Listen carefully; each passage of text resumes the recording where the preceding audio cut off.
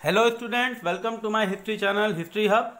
आज हम पढ़ेंगे अपने सल्तनत कालीन की जो श्रृंखला हम चला रहे हैं उसमें सल्तनत काल में जो केंद्रीय प्रशासन है उसके बारे में, किस तरह से प्रशासन जो है वो केंद्रीय प्रशासन में जो भूमिकाएं थी, किस किस तरह के विभाग थे, उनके बारे में हम आज जानेंगे। सबसे पहले हम जान लेते हैं जो सुल्तान है उसका जो आधारशिला है, जो उसका संरचना है वो किस तरह से सल्तनत में। तो मध्यकालीन जितने इतिहासकार हैं, मतलब जो समकालीन इतिहासकार थे जैसे बर्नी हुए या फिर अफीफ हुए, इन्होंने इन इतिहासकारों के अनुसार जो सुल्तान है वो ईश्वर और शरीयत की प्रभुसत्ता में कार्य करता है। मतलब ईश्वर का प्रतिबिंब है और उसकी प्रभुसत्ता में वो कार्य करता है और शरीयत के अनुसार वो कार्य करता है। और उन्होंने सुल्तान के निरंकुश अधिकारों का समर्थन किया है। मतलब सुल्तान के ऊपर जो भी सुल्तान कार्य कर रहा है उसके ऊपर कोई उंगली नहीं उठा सकता और वो जो उसके कार्य हैं वो निरंकुश हैं, उसकी प्रश्न उससे नहीं किया जा सकता। इसकी ये समर्थन करते हैं जितने भी मध्यकालीन इतिहासकार हैं। और सुल्तान को प्रजा के प्रति नहीं बल्कि ईश्वर के प्रति उत्तरदायी बताते हैं। मतलब जो जवाबदेही है सुल्तान की वो प्रजा को नहीं है, जो भी उसके कार्य हैं उसकी जवाबदेही सीधे उसको ईश्वर को जवाब देना है।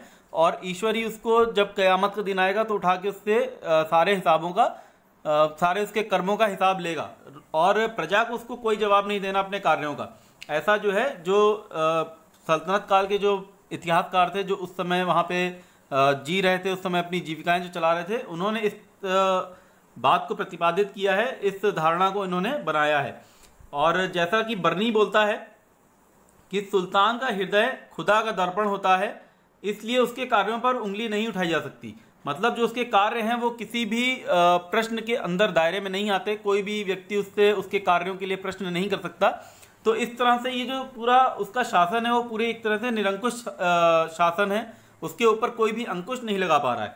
तो यहाँ से एक सब्जेक्टिव प्रश्न बनता है हमारे पास, कभी कभी यूपीएससी में या किसी स्टेट पीसीएस में आपसे ये यहाँ से एक प्रश्न बन सकता है कि क्या मध्यकालीन सुल्तान निरंकुश था?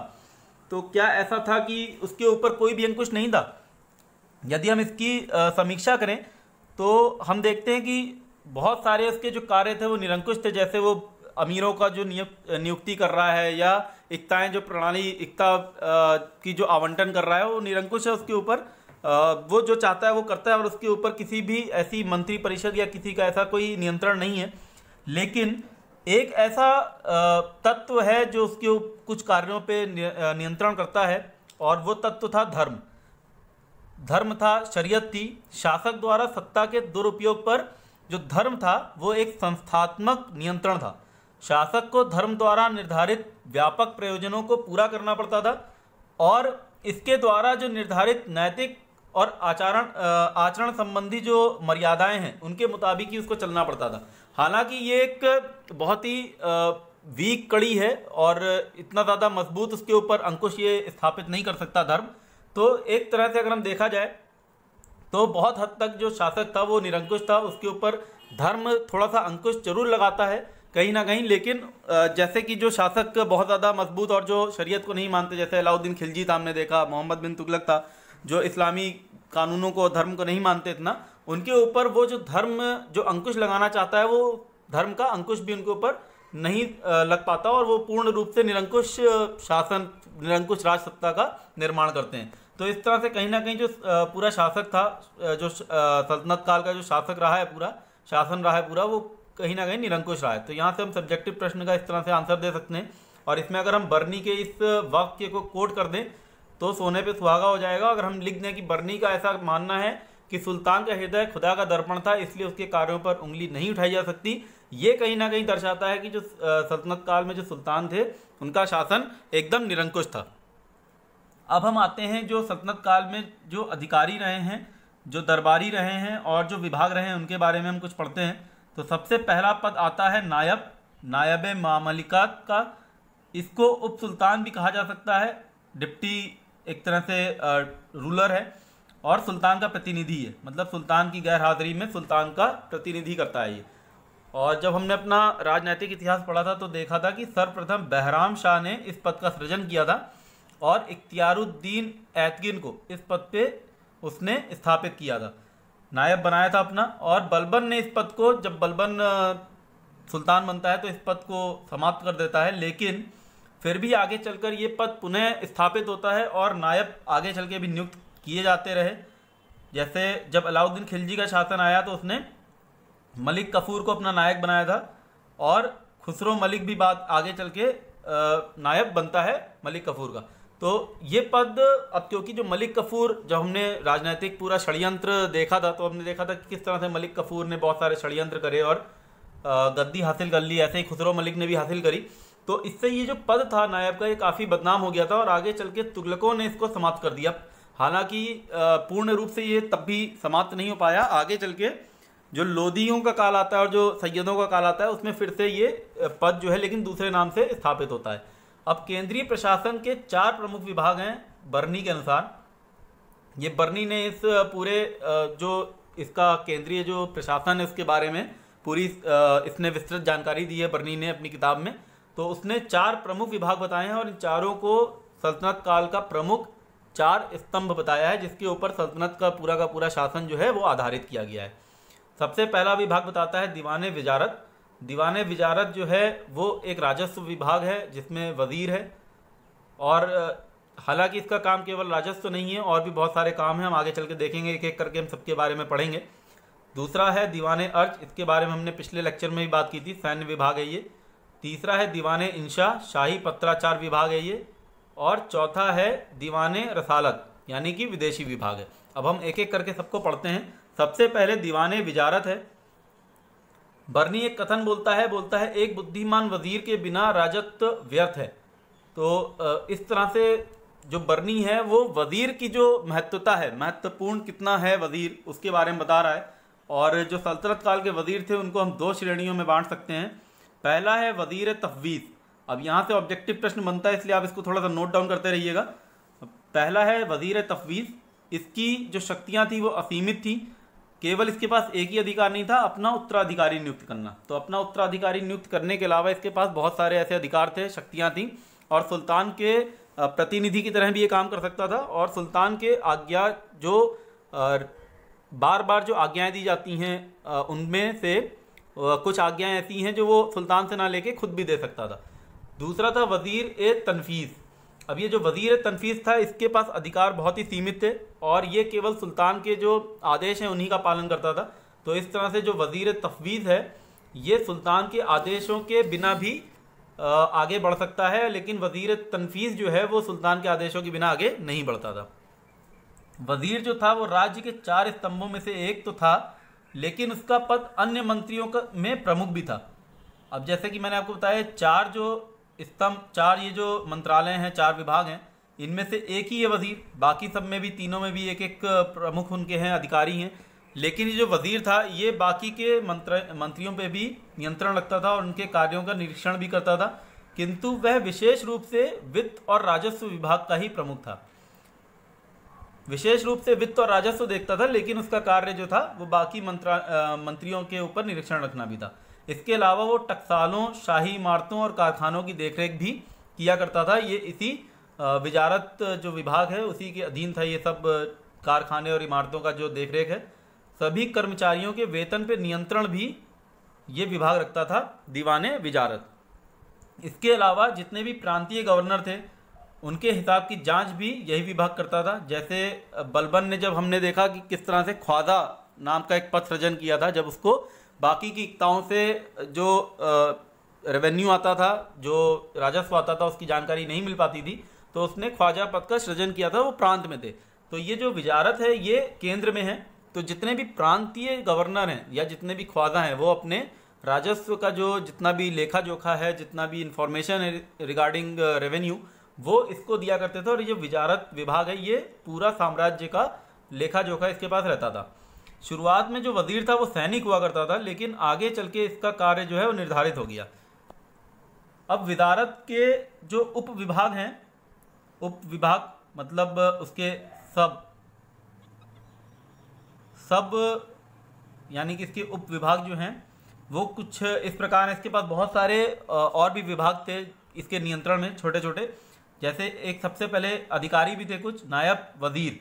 नायब वजीर एक अधिकारी था जो इल्तुतमिश ने इस पद को बनाया था, और इस पद को इसलिए बनाया था कि ये वजीर की सहायता कर सके क्योंकि वजीर का जो कार्यभार है वो बहुत ज़्यादा था और ये वजीर के कार्यभारों को कम कर सके, इसलिए इसने इल्तुतमिश ने इस पद का सृजन किया था, नायब वजीर। यहाँ से ऑब्जेक्टिव प्रश्न बनता है कि नायब वजीर का पद किस सुल्तान ने सृजन किया, तो हमें याद रखना ही इल्तुतमिश ने सृजन किया था।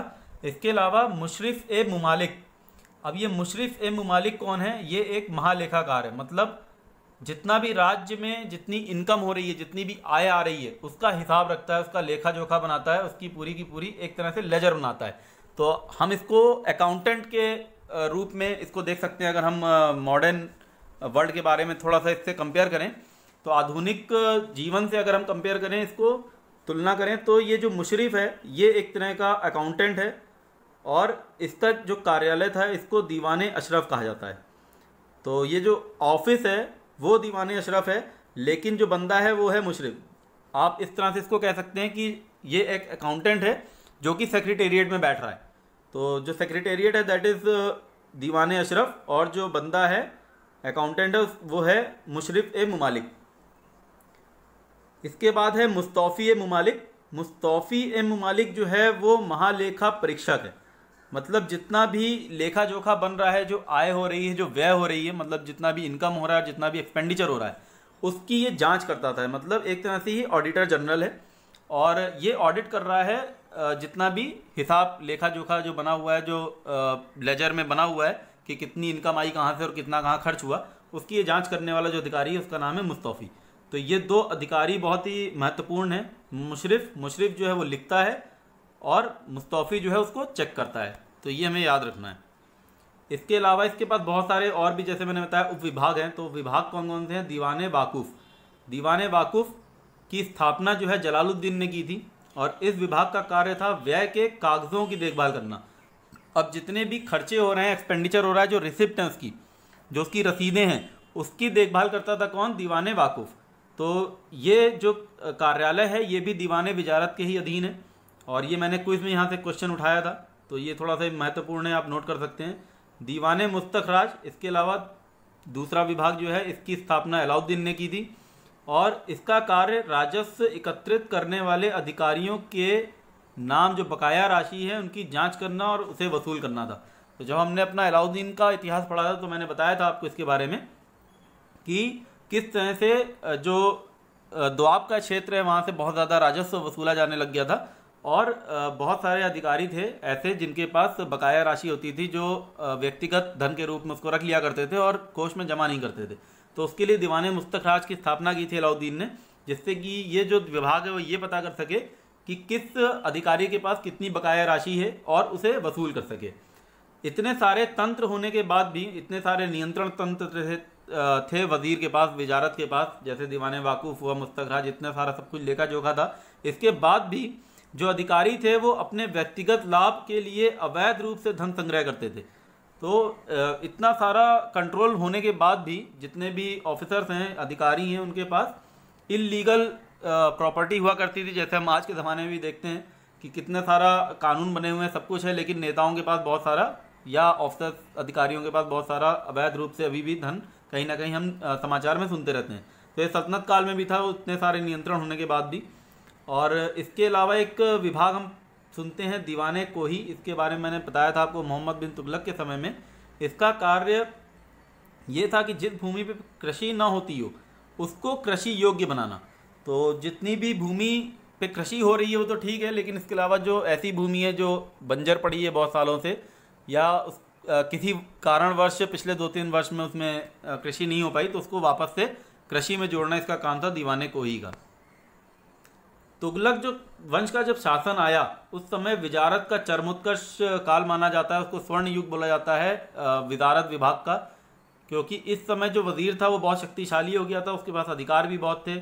और हम कुछ ऐसा जानते भी हैं इतिहास में कि जो तुगलक वंश है उस समय जो वजीर हुआ करते थे वो बहुत योग्य थे। जैसे हमने खाने जहाँ मकबूल के बारे में बात की थी, जो फिरोज शाह तुगलक का वजीर था, और इनको बहुत अधिक वेतन दिया जाता था, करीब करीब 13 लाख टंका इनकी आय थी। और हम एक ऐसा वृतांत भी पाते हैं कि जो वजीर था वो फिरोज शाह तुगलक को 4 लाख टंके का उपहार भेजा करता था। तो वो इसीलिए भेज पाता था क्योंकि उसकी आय जो थी वो करीब करीब 13 लाख टंके थी। इसके बाद जो परवर्ती तुगलक काल आया, मतलब जो लेटर तुगलक आए आखिरी में, जो गियासुद्दीन तुगलक द्वितीय या फिर नासिरुद्दीन महमूद वगैरह, उनके समय में सुल्तान की निर्बलता के कारण वजीर काफ़ी शक्तिशाली हो गया, लेकिन जब लोदियों का काल आया उस समय वजीर का महत्व काफ़ी कम हो जाता है। और बहलोल के समय में हम वजीर का उल्लेख नहीं पाते हैं ऐसा कोई, लेकिन सिकंदर लोदी के समय में हमने एक वजीर की बात की थी, मियाँ भुइयाँ की, लेकिन इसको भी आगे चल के इब्राहिम जो है वो कारागार में डाल देता है। तो अब ये जो वजीर का पूरा क्रम है ये हमको याद रखना है कि किसके समय में बहुत ज़्यादा शक्तिशाली रहा या किस समय चरमोत्कर्ष रहा या कब वजीर का महत्व एकदम ख़त्म हो गया। और अफीफ इस विभाग के बारे में एक बहुत अच्छी टिप्पणी करता है और कहता है, शमसे सिराज अफीफ जो इतिहासकार है समकालीन, वो ऐसा बोलता है कि इस विभाग के कार्यालय पे अगर प्रकाश डालें तो उसको एक किताब लिखनी पड़ेगी। मतलब इतना ज़्यादा उसका कार्यभार है और इतना विस्तृत उसको काम करना पड़ता है, बहुत सारे विभाग उसके अंतर्गत है। तो ऐसा बताता है कि शायद इतना ज़्यादा काम था कि एक किताब पूरी केवल इस विभाग के लिए उसको लिखनी पड़ जाती। अब हम अपना दूसरा विभाग पढ़ते हैं, दीवान अर्ज। इसके बारे में हम हालांकि पिछले लेक्चर में बात कर चुके हैं तो मैं ज़्यादा नहीं बताऊंगा आपको। सैन्य विभाग था ये और इसका अधिकारी आरिज मुमालिक कहा जाता था। इसका कार्य सैनिकों की भर्ती करना, उनका हुलिया और घोड़ों के दाग संबंधी जानकारी रखना, उन्हें वेतन देना तथा सेना का निरीक्षण करना था। तो ये 4-5 इसके काम थे। इसके साथ ही साथ ये लूट के माल जो खुम्स हुआ करता था, मतलब जब सेना अभियान कर रही है तो उस समय सेना जो है वो लूट मार करती थी और लूट का माल जो है हड़प किया करती थी सल्तनत की सेना। तो इसके जो लूट का जो माल है उसकी सुरक्षा करना भी इसी का काम था, दीवान अर्ज का। परंतु ये जो आरिज मुमालिक जो इसका अधिकारी है वो सेना का प्रधान नहीं था। सेना का प्रधान कौन था?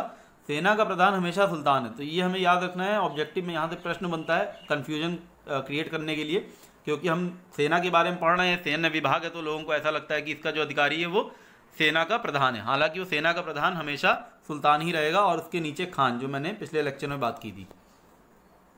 अलाउद्दीन के समय इस विभाग की कार्यप्रणाली को सही रूप से व्यवस्थित किया गया था और बर्नी के अनुसार अलाउद्दीन के समय इस विभाग का महत्व बाकी विभागों से अधिक हो गया था।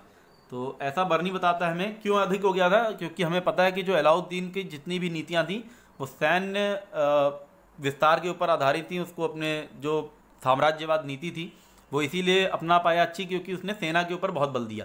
अब सेना के ऊपर बल देगा तो जाहिर सी बात है सैन्य विभाग के ऊपर उसको बल देना ही है और उसको मजबूत करना ही पड़ेगा। आरिज मुमालिक एक महत्वपूर्ण अधिकारी था जिसके कारण वजीर की शक्तियों में भी कमी आ गई थी। अब क्योंकि इतना शक्तिशाली हो गया था ये विभाग, और इसका जो अधिकारी था तो उसके पास बहुत सारे कार्य भी ऐसे थे जो पहले विजारत के पास हुआ करते थे, वो इनको दे दिए गए थे, एक अलग से सैन्य विभाग को दे दिए गए थे। और एक सुचारू रूप से इसको संचालित करने के लिए इनके पास कुछ ऐसे कार्यों को देना ज़रूरी भी था, जिसकी वजह से अब ये जो कार्य इनको दिए गए, जो दायित्व उनको दिया गया, इसकी वजह से जो शक्तियां हैं इनकी वो काफ़ी बराबर आ गई थी वजीर के।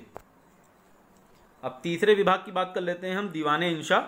दीवान इंशा जो है शाही सचिवालय है। मतलब अगर हम आधुनिक दुनिया से अगर हम इसको कंपेयर करें, तुलना करें, तो ये सेक्रेटेरिएट है। सेक्रेटेरिएट भी बोल सकते हैं आप, या फिर पीएम ऑफिस बोल सकते हैं, कहना ज़्यादा सही रहेगा। तो सेक्रेटेरिएट या हम बोल सकते हैं पीएमओ है। ये पीएम ऑफिस प्रधानमंत्री का कार्यालय है और इसका कार्य शाही पत्र व्यवहार, मतलब ऑफिशियल करस्पॉन्डेंस, शाही घोषणा, कुछ ऐसा डिक्लेयर करना है, सुल्तान ने अगर कुछ ऐसी घोषणा करी है तो उसको जन समुदाय तक पहुंचाना है, और राजकीय अभिलेखों को लिपिबद्ध कर यानी कि उसको रिकॉर्ड में, उसको रिकॉर्ड कीपिंग इसका काम है। वो जितना भी शाही पत्र व्यवहार हो रहा है या जितना भी सुल्तान कुछ ऐसे आदेश दे रहा है तो उसको लिपिबद्ध करके लिख लेता है और उसको रिकॉर्ड के रूप में रखता था। सुरक्षित रखना इसका पहला काम ये है। दूसरा, इसमें एक अधिकारी है दबीर खास। दबीर खास इसका मुख्य अधिकारी था और अपने दायित्वों की वजह से ये सुल्तान के काफ़ी करीब रहता था। अब क्योंकि सुल्तान के करीब इसलिए रहता था क्योंकि जितना भी ऑफिशियल करस्पॉन्डेंस हो रहा है, जितना भी शाही पत्र व्यवहार हो रहा है, वो सुल्तान के सामने उसको पेश करना है और उसको सुल्तान से आदेश भी लेने हैं। और इसके पास जो सल्तनत है उसकी शाही मोहर भी है, क्योंकि बहुत सारे आदेशों के ऊपर मोहर लगा के ही उसको भेजा जाएगा, तभी जो अगला अधिकारी है उसको पता चलेगा कि अच्छा ये जो है वो सुल्तान के पास से आया है ये आदेश। तो इसका पद कभी कभी वजीर बनने का रास्ता भी माना जाता था। अब इतना ये सुल्तान के करीब रहता था तो ऐसा माना जाता था कि अगर कोई योग्य व्यक्ति को दबीर खास बना दिया गया तो आगे चल के वो वजीर भी बन सकता है। तो इस विभाग के पास शाही मोहर होती, जैसे मैंने आपको बताया, जो अनुदान संबंधी आदेशों पे लगाई जाती थी। अगर किसी को भूमि मतलब सुल्तान को अगर किसी को भूमि अनुदान करना है तो एक ऑर्डर पास होगा, एक पत्र ऐसा लिखा जाएगा, उसमें सारी डिटेल्स होंगी और नीचे जो है वो शाही मोहर लगी होगी सुल्तान की, जिससे कि पता चलेगा कि आदेश जो है वो सुल्तान की आज्ञा से आया है। तो ये दो तरह के आदेश हुआ करते थे उस समय। पहला आदेश है फरमान तुगरा, जो कि भूमि आवंटन संबंधी आदेश है, जैसा कि मैंने आपको ये वाला बताया अभी। तो ये भूमि अगर आवंटन कर रहा है तो उसके आदेशों को बोला गया है फरमान तुगरा। और दूसरा है अहकाम तौकी। अहकाम तौकी क्या है? प्रशासन संबंधी शाही आदेश। मतलब यदि सुल्तान को अपने किसी अधिकारी को कुछ आदेश देना है या किसी बड़े अधिकारी को अपने छोटे अधिकारी को आदेश देना है तो वो जो आदेश है उसको बोला जाता था अहकाम तौकी। चौथा हमारा विभाग है दीवान रसालत। दीवान रसालत के बारे में थोड़ा सा कन्फ्यूजन है इतिहासकारों के मन में, क्योंकि बर्नी ने जितने भी 4 प्रमुख विभाग को उल्लेखित किया है उसमें से इस विभाग के कार्य के बारे में उसने उल्लेखित नहीं किया है। तो बर्नी ने इसके बारे में बताया नहीं है कुछ, इसलिए विद्वानों के बीच में मतभेद है कि इसका क्या कार्य होगा। लेकिन आधुनिक इतिहासकार जैसे डॉक्टर कुरैशी साहब या डॉक्टर हबीबुल्ला साहब हैं, उनका ये मत है कि इसका जो प्रधान था वो विदेश मंत्री था और ये एक विदेश मंत्रालय था। लेकिन वहीं पे सतीश चंद्र साहब मानते हैं कि विदेश मंत्रालय होने के साथ साथ इसका धार्मिक चरित्र भी रहा होगा, यानी कि धार्मिक कार्य जो हैं जैसे पेंशन विभाग है या फिर भूमि अनुदान करना है वो भी इसी के अंतर्गत रहा होगा। इसके अलावा ये विभाग मुहत्सिबों की नियुक्ति भी करता था। मुहत्सिब मैंने आपको बताए थे कौन है, पिछले अलाउद्दीन के लेक्चर में ही बताए थे, बाजार नियंत्रण जब हमने पढ़ा था उसका, और पहले ही बताया था, लेकिन इसके बारे में थोड़ा सा और विस्तृत रूप से बता देता हूँ आपको। ये मुहत्सिब वो अधिकारी थे जो सामाजिक बुराई रोकने और ये सुनिश्चित करते थे कि मुसलमान शरीयत में प्रतिबंधित कार्य खुलेआम ना करें और नियमित नमाज पढ़ें। शरीयत में प्रतिबंधित कार्य क्या है? जैसे शराब पीना है, जुआ खेलना है, ये सब शरीयत में प्रतिबंधित है। तो ऐसे कार्य मुसलमान खुलेआम ना करें। एक तो ये सुनिश्चित करते थे, ये मेक श्योर करते थे। दूसरा ये करते थे कि जो सामाजिक बुराइयां हैं जैसे वैश्यावृत्ति है या जुआ है, चोरी चकारी कुछ है ऐसा, या बाजार में जो कहीं उल्टा सीधा काम ना हो रहा हो, तो उसको ये देखते थे। यानी कि सामाजिक आचरण के ऊपर इनका पूरा ध्यान रहता था और उसी के ये अधिकारी थे मुहत्सिब। तो ये जो हमारा विभाग है दीवान रसालत, ये इनकी नियुक्ति किया करता था। और ये विभाग काजी के फैसलों के विरुद्ध अपील भी सुनता था। मतलब ये एक तरह से कड़ी था जनता और सुल्तान के बीच की एक कड़ी है। मतलब जनता अपनी अपील, अगर उसको कुछ कोई ऐसे ग्रीवियंसेस है, कोई ऐसा दुख है, तो जनता अपनी दुख जो है सुल्तानों तक किस माध्यम से पहुंचाए, तो वो इस विभाग पे अपनी अर्जी दिया करते थे, एप्लीकेशन दिया करते थे, जो कि सुल्तान या फिर राजकुमार या फिर किसी बड़े अधिकारी के पास पहुंचाई जाती थी। अब ये हमारे मोटे मोटे 4 विभाग थे, लेकिन इसके अलावा बहुत सारे और भी केंद्रीय अधिकारी हैं जिनके माध्यम से सल्तनत का जो संचालन है वो चलता रहता था। तो हम उनको देख लेते हैं, क्योंकि ये कभी कभी ऑब्जेक्टिव या मैच द फॉलोइंग में आते हैं। सबसे पहला है वकील दर। वकील दर जो है वो शाही निवास का प्रमुख है, जो शाही महल और सुल्तान की व्यक्तिगत सेवाओं का प्रबंध करता था। अब ये शाही महल को आप सुल्तान का महल ना समझें। शाही महल मतलब राजमहल हो सकता है, दरबार हो सकता है, कोई ज़रूरी नहीं सुल्तान का महल हो, क्योंकि सुल्तान के महल के लिए एक अलग अधिकारी है, उसके बारे में हम बात करेंगे आगे। तो ये वकील दर जो है ये शाही निवास का प्रमुख है, और जो शाही महल में जितनी भी प्रबंध करने हैं या व्यक्तिगत सेवाओं का प्रबंध करना है उसका ये अधिकारी है। इसके अलावा सबसे महत्वपूर्ण है आमीर हाजिब। तो ये अमीर हाजिब हमने पढ़ा था, आपने जब राजनीतिक इतिहास पढ़ा था, लेकिन हमने इसके बारे में बताया नहीं था आपको। तो ये दरबारी शिष्टाचार का अधिकारी है। दरबार में जो शिष्टाचार का पालन होना चाहिए उसकी ये देखरेख करता था, और दरबारी समारोह या उत्सव का प्रभारी अधिकारी भी था। मतलब अगर कोई ऐसी सभा होनी है जिसमें सुल्तान बैठना है या कोई बड़ा अधिकारी आना है, तो उसमें कौन कौन अधिकारी उपस्थित होने चाहिए, उनको क्या क्या, जैसे हम आज देखते हैं कभी कॉन्फ्रेंस होती है, कोई मान लीजिए आप किसी कंपनी में हैं, वहाँ पे CEO आ रहा है और कॉन्फ्रेंस होनी है, तो कौन कौन मैनेजर्स होने चाहिए, उनके पास क्या क्या मिनटिंग शीट्स होनी चाहिए, वो सब इसका काम आमीर हाजिब करता था। और अमीरों को उनके दर्जे के अनुसार, मतलब उनके औहदे के अनुसार जो है राज दरबार में क्रमबद्ध करता था। मतलब उनको किस अधिकारी को कहाँ बैठना है ये सुनिश्चित करता था। और इसके अलावा जितनी भी अर्जियां हैं जो सुल्तान तक जाती हैं वो इसी के माध्यम से आती थी। तो ये भी सुल्तान के काफ़ी करीब रहा करता था। तीसरा जो अधिकारी है सरे जहांदार है, ये भी सुल्तान के काफ़ी करीबी है, क्योंकि ये सुल्तान के जो व्यक्तिगत अंगरक्षक हैं उनका प्रधान है सर जहांदार, इसके बारे में हम बता चुके हैं आपको। इसके अलावा है सर जमादार। सर जमादार जो है वो सुल्तान के जो वस्त्र हैं उनका प्रबंधक है। तो ये भी सुल्तान के काफ़ी व्यक्तिगत एक तरह से अधिकारी है, व्यक्तिगत तौर पे उसके सेवा में रहता है। इसके अलावा जो सबसे अहम है इन अधिकारियों में वो है बरीद मुमालिक, जिसके ऊपर सुल्तान को सबसे ज़्यादा विश्वास है और ये गुप्तचर विभाग का प्रधान है।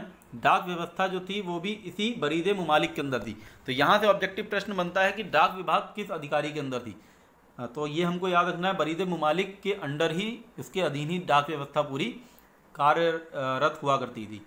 अमीर आखुर, अश्वशाला का अध्यक्ष। आखुर से याद रखना है, आखुर का मतलब होता है अश्व और अमीर हो गया उसका अध्यक्ष, तो अमीर हो गया अध्यक्ष और आखुर हो गया अश्व।